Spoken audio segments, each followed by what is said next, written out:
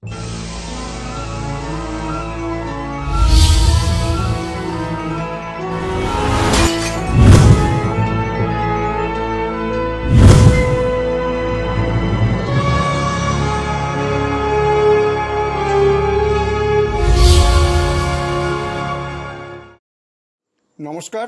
আপনারা দেখছেন কড়া খবর। এখন কড়া খবরে দেখুন, 6ই সেপ্টেম্বর থেকে শুরু হলো West Bengal under eleven open and girls federated chess championship 2024 প্রতিযোগিতা। আজ 6ই সেপ্টেম্বর কলকাতা সেন্টার ফর ক্রিয়েটিভিটিতে শুরু হলো West Bengal state under eleven open and girls federated chess championship 2024। চলবে 9ই সেপ্টেম্বর সোমবার পর্যন্ত। প্রতিদিন 2 রাউন্ড করে মোট 8 রাউন্ডের এই প্রতিযোগিতায় রাজ্যের সমস্ত জেলা থেকে 250-র বেশি প্রতিযোগিতায় অংশ নিয়েছেন।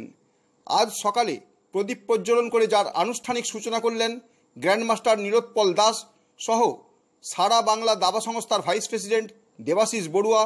সঙ্গে উপস্থিত ছিলেন আয়োজক সংস্থা কলকাতা ডিস্ট্রিক্ট চেজ অ্যাসোসিয়েশনের ওয়ার্কিং প্রেসিডেন্ট শ্যামল দত্ত, সম্পাদক অতীন সেনগুপ্ত, ট্রেজারার দেবাশিস মুখার্জি, চিফ আরবিটর সুরভি দত্ত প্রমুখ।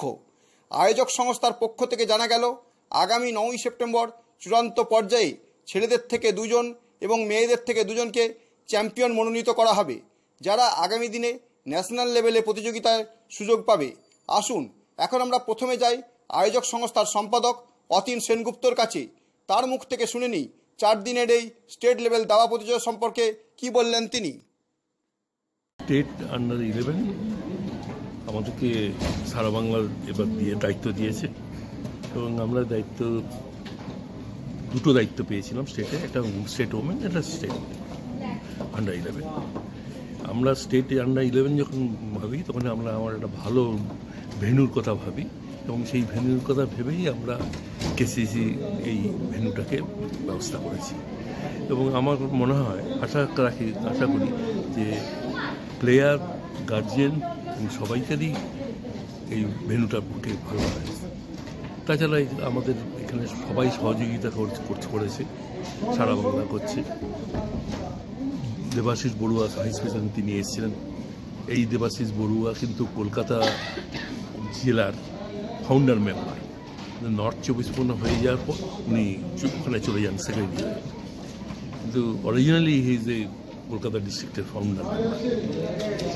নীলোৎপল জিএম, ও এসছে।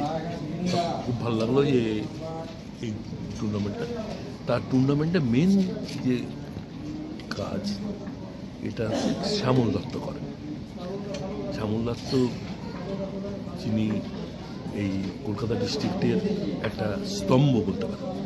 এই কলকাতা ডিস্ট্রিক্টকে তিনি যেভাবে করেছেন, আমরা কি আছে, আমরা টেকনিক্যালি অতটা না। শ্যামল দত্তর মতো কোচ ভারতবর্ষে আসে কিনা সন্দেহ।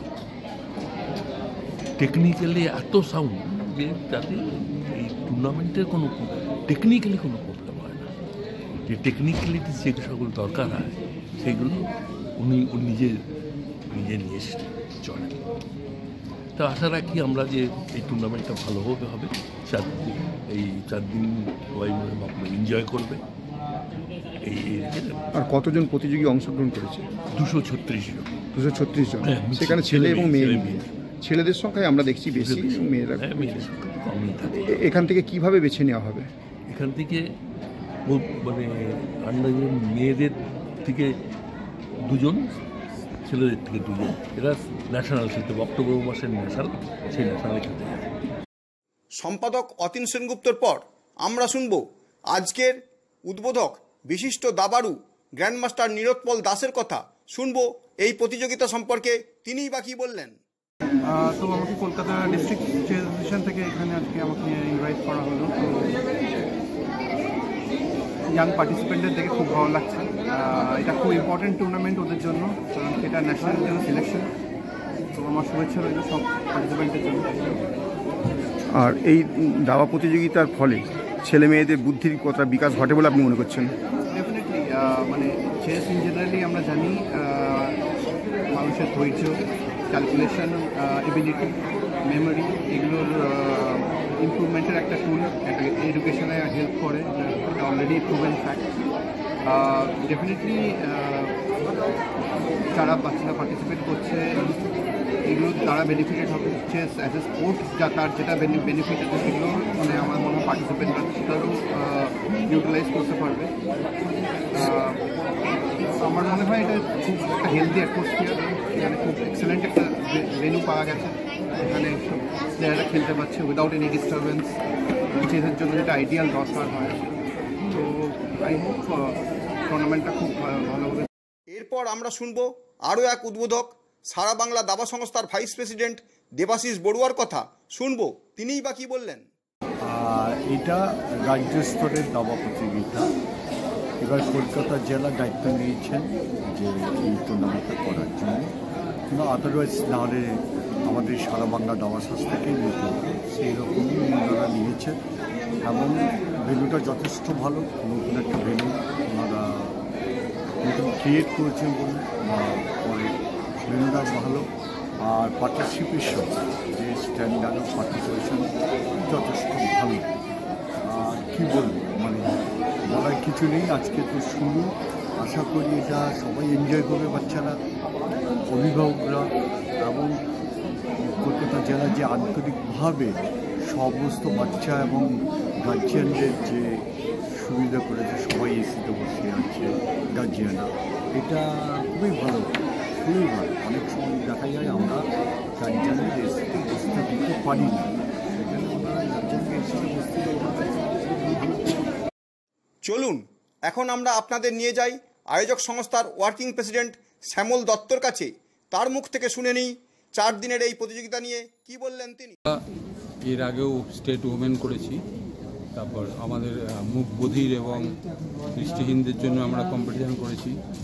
এবার সম্প্রতি এইটা পাওয়া গেছে আমাদের যে স্টেট আন্ডার-11, এটা একটা খুবই প্রেস্টিজিয়াস টুর্নামেন্ট এবং এখানে মানে বিভিন্ন জেলা থেকে প্লেয়ার এসছে, মোট 233 জন প্লেয়ার খেলছে। আমরা যতটা পারি, এবং ভেন্যুটাও খুব সুন্দর ভেন্যু, দাবা খেলার প্রতিযোগিতার পক্ষে খুবই চমৎকার ভেন্যু, এয়ার কন্ডিশন এবং কি গার্জেনদের বসার জায়গাও এয়ার এসি আছে। সেই হিসেবে আমরা যতটা পারি আর ভালোভাবে এটাকে যাতে সংগঠন করতে পারি সেই চেষ্টাই করছি। আপনাদের সঙ্গে সহযোগিতা কী আছে? আমাদের তো এটা সারা বাংলা দাবা সংস্থার অনুমোদিত, সারা বাংলা দাবা সংস্থা আমাদের সব রকমভাবে সহযোগিতা করছে। আর এখান থেকে কতজনকে বেছে নেবে স্টেট চ্যাম্পিয়নশিপ? আমাদের এখানে স্টেট চ্যাম্পিয়নশিপ থেকে 2 জন, ছেলেদের 2 জন, মেয়েদের 2 জন, এই মোট 4 জন ন্যাশনালের জন্য সিলেক্টেড হবে এবং ন্যাশনালটা খুব তাড়াতাড়ি আছে সামনে, সেই ন্যাশনালের জন্য সিলেক্টেড হবে 4 জন। এরপর আমরা শুনবো আয়োজক সংস্থার ট্রেজারার দেবাশিস মুখার্জির কথা, শুনবো এই চ্যাম্পিয়নশিপ নিয়ে কি বললেন তিনি। এই টুর্নামেন্ট সম্পর্কে কি বলবেন? এই টুর্নামেন্টটা আমরা কলকাতা ডিস্ট্রিক্ট অ্যাসোসিয়েশন থেকে করছি। এটা যাদের বয়স কিনা 11 বছর নিচে, বেঙ্গলের থেকে নিয়ে হচ্ছে, বয়েজ এবং গার্লস সব মিলিয়ে অ্যারাউন্ড 250 প্লেয়ার্স কিনা এখানকার খেলছে, পার্টিসিপেট করছে। এটা এই টুর্নামেন্ট থেকে 2 জন বয় এবং 2 জন গার্লকে কিনা ন্যাশনালের জন্য সিলেক্ট করা হবে। তাদের সমস্ত খরচা কিনা আমরাই দেবো, ন্যাশনাল খরচাগুলো। এবং এখান থেকেই কিনা সবটা ট্যালেন্টরা আস্তে আস্তে উঠে আসবে, সেই আশা করবো সব ফলো করবো। এছাড়াও আমরা জানি কিছুদিন আগে আপনারা মেয়েদেরও একটা প্রতিযোগিতা করলেন, এবং আগামী দিনে আপনাদের কি লক্ষ্য আছে? আগামী দিনে আমাদের আরও বেশ কিছু টুর্নামেন্ট আছে এবং আমাদের কিনা একটা মানে কোচিং ক্যাম্প গ্র্যান্ড মাস্টার থেকে বাচ্চাদের একটা যে কিনা কোচিং ক্যাম্প করানো, সেটার পরিকল্পনা আছে। সেটা এখন ডেটগুলো দেখতে হবে যে কীরকম কী ডেট পাওয়া যাচ্ছে, কোন সে গ্র্যান্ড মাস্টারদের ডেটগুলো দেখতে হবে, তারা কীভাবে ফ্রি আছে, প্লাস বাচ্চাদের স্কুলের পরীক্ষা আছে কিনা, এটাও বিভিন্ন জিনিস থেকে আমরা এটা। আর এই 4 দিনের প্রতিযোগিতা থেকে আপনারা কতজনকে বেছে নেবেন? এখান থেকে 2 জন বয় এবং 2 জন গার্ল, হ্যাঁ, ভালো পারিজ মিলিয়ে আছে, মোট 4 জনকে আমরা কিনা বেছে নেব ন্যাশনাল। সারা রাজ্যের বিভিন্ন জেলা থেকে যে সমস্ত প্রতিযোগিতায় অংশ নিয়েছেন, তাদের সঙ্গে যে সমস্ত অভিভাবকরা এসেছেন, তাদের মধ্যে থেকে খড়গপুর থেকে 1 জন এবং কালিম্পং থেকে আসা 1 জন অভিভাবকের কথা শুনে নেব এখন। বলবো খুব ভালো অ্যারেঞ্জমেন্ট, বাচ্চারা এসিতে আরামে খেলছিলেন, শুধু বাচ্চা না, আমরা গার্জিয়ানরাও খুব কমফোর্টেবলি বসে আছি। আই উইশ সবাই খুব ভালো খেলুক, আমার ছেলেও খুব ভালো করে। আপনি কোথা থেকে এসেছেন? আমি এসেছি খড়গপুর থেকে। খড়গপুর থেকে। আপনার নাম? গৌরী দেব। আজ থেকে আন্ডার-11 দাবা প্রতিযোগিতা রাজ্য স্তরে শুরু হয়েছে, সেখানে সুদূর কালিম্পং থেকে আপনার ছেলেকে নিয়ে আপনি এখানে এসেছেন, কি বলবেন? Very happy to get participated in this big organization. So I'm coming from that Kalimpong. My daughter is participating under 11. So it's a very good event, and hopefully we will be participating in the next season also. Thank you. এরপর আমরা শুনবো chief আরবিটর সুরভি দত্ত এই প্রতিযোগিতা নিয়ে কি বললেন সেই কথা। আমাদের 235 জন প্রতিযোগী অংশগ্রহণ করেছে। মেয়েদের বিভাগে রয়েছেন 61 জন, আর ছেলেদের বিভাগে 174 জন। আর এই দাবা প্রতিযোগিতার হচ্ছে রুলস এর রেগুলেশনটা যদি একটু বলেন। এটা ফিডে রেটিং টুর্নামেন্ট। ফিডে রেটিং যেটা ফিডের ল আছে সেই অনুযায়ী এই টুর্নামেন্ট চলছে। এই টুর্নামেন্ট থেকে আমাদের 4 জন প্রতিযোগী, প্রত্যেক বিভাগে থেকে 4 জন প্রতিযোগী ন্যাশনালের জন্য সিলেকশন পেয়ে থাকে। আর সেখানে চিফ আরবিটার হিসেবে দায়িত্ব পালন করছেন কতজন আরবিটার আজকে এই দায়িত্ব নিয়েছেন? আমাদের আজকে টোটাল 6 জন ভারপ্রাপ্ত আরবিটার রয়েছে দায়িত্বে। আর এছাড়া হচ্ছে ছেলে মেয়েদের আজকে শুধু তো হচ্ছে 4 জনকে চ্যাম্পিয়নের জন্য নিয়োগ হবে না, তাছাড়া ওদের কি ব্যবস্থা রয়েছে অন্যান্য? বলতে গেলে এটা হচ্ছে কি যে একটা কম্পিটিশন, এটা হচ্ছে রাজ্য স্তরে একটা প্রতিযোগিতা। এই রাজ্য স্তরের প্রতিযোগিতা থেকেই তো বাচ্চাদের মধ্যে সেই দাবার প্রতি সেই আগ্রহটা বাড়ে, তবেই তো বাচ্চারা এগাতে পারে। আর একজন চিফ আরবিটার হিসেবে ছেলে মেয়েদের প্রতি আপনার কি শুভেচ্ছা রইল?